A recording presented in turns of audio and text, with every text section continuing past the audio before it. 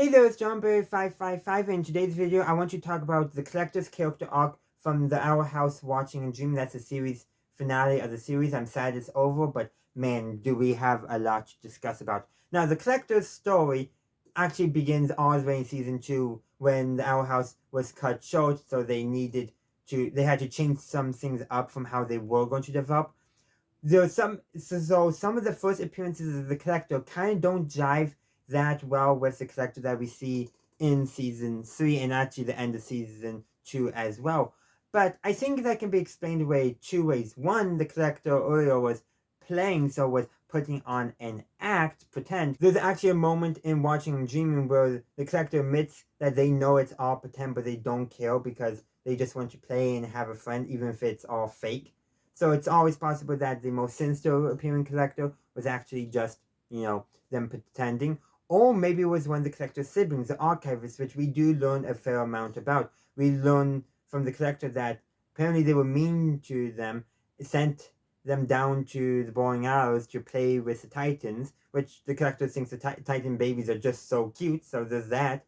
But we also learned that it was the archivist who destroyed the Titans, but King's dad targeted the wrong person, probably because they all look very similar, so targeted the one that's been playing with all the Titans, and well, you must be responsible for this, I'm not seeing anyone else.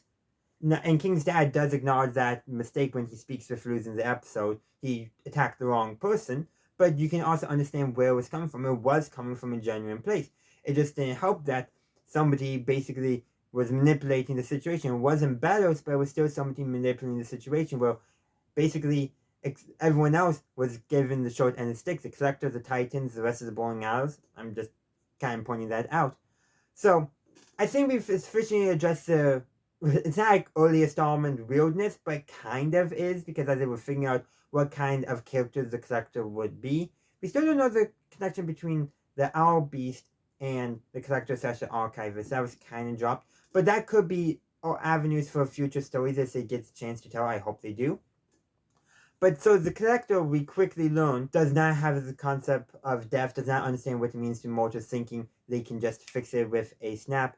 And though, as I mentioned in my full review, there comes a moment when Luz sacrifices herself to save the collector, and the collector basically breaks down because they're unable to use their magic to fix Luz, because Luz is gone. Now, Luz isn't actually gone because of Titan magic and King's dad, but if it wasn't for King's dad being kind of stuck between life and death, Luz would have never survived, so I'm just going to point that out there. But the collector learns their lesson about death and also about kindness and forgiveness. Actually, it was a lesson about kindness and forgiveness that put Luz in jeopardy because the collector thought they could use kindness and forgiveness to make amends with Bellows. But it doesn't work on Bellows because Bellows is pure evil. That'd be another video, by the way.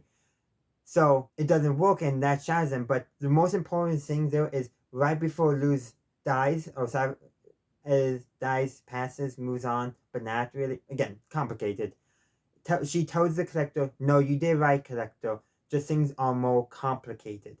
So what that essentially tells the collector is they did do the right thing.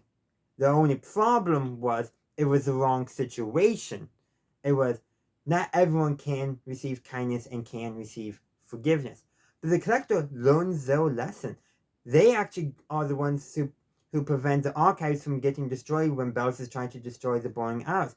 The collector does do a little help in defeating Bellows, but not too much, because that's Luz's story, not the collector's story.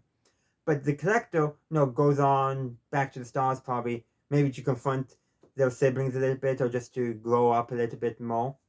But the most important thing is, after the archives are successfully set down on top of the Titan skull, the collector collapses and sees everyone there and gets scared that they're going to attack them because of everything that they did, but Amity shows the collector kindness again.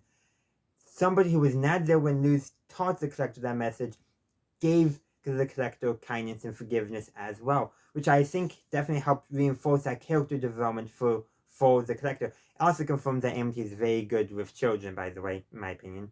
So really, everything with the collector is very good. And there's other things there. Let's talk about King's stuffed animal, Francois. King does not let anyone besides Luz and himself, obviously, hold Francois. He doesn't he doesn't let the collector per se hold the collector while the collector's taking a nap. Hold Francois while the collector's taking a nap, but does allow it to be on the bedside table between them in that bedroom that the collector set up.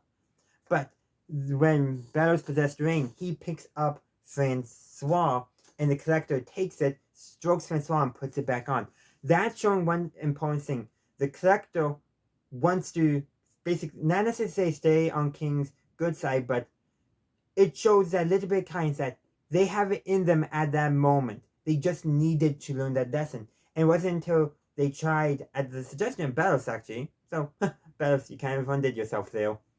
At the suggestion of Bellows to play with Edith King knew that the whole, everything to set up them learning about, how to actually make friends, how to be a good person, how, not everything broken can be fixed.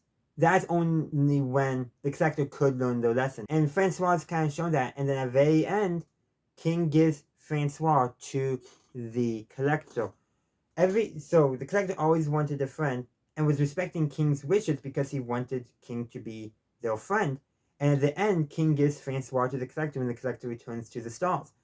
I think that's very important though. It kind of shows that, yes, they are friends. The collector, once they learned their lesson, was actually able to become friends with King. And King was willing then to let the collector have Francois. And that's why I think the collector story is so good. It's all about a kid growing up and learning about life. And it's kind of sad that the collector had to learn that lesson with such a childlike mentality, but it was a lesson that they needed to learn. Kind of like how Lewis came into the bowling alley of the Demon World with a bunch of childhood wonder and innocence as well, and reality shaped her into the character that a much stronger character than she was at the beginning. In many ways, the collector right now kind of fits where Lewis was kind of at the beginning of the show, but also where King was after he learned that he was a Titan, or more likely when he goes to his castle and all that whole episode there. And I said this before in one of my other reviews, but the collector was always a follower to King. Both of them had kind of delusions when they were younger, but at the end of the character's story, they don't have those delusions anymore. But again, the collector was an antagonist, never a villain. And that's why they learned their lesson and could be a foil to King, to show King in another light and help us understand his character development a bit better. But also because he was not a villain, the collector got their own character story. It's just perfect. It really is a very good way of handling this character that helped the Owl House finish its story in such a unique way that I don't know if they would have done before. I really don't know. But that's all I have for you today. Let me know your thoughts on the collector's character and character's arc in the comment section down below. Let's keep this discussion going because I'm sure there's a lot more we can talk about. But in the meantime, thanks for watching. Be sure to like, upvote, and share the video if you haven't done so already. And subscribe to the channel and ring that bell to stay up to date on all that I do. And in the meantime, thanks for watching. And as always, have a good day, a good night, wherever you are. Bye!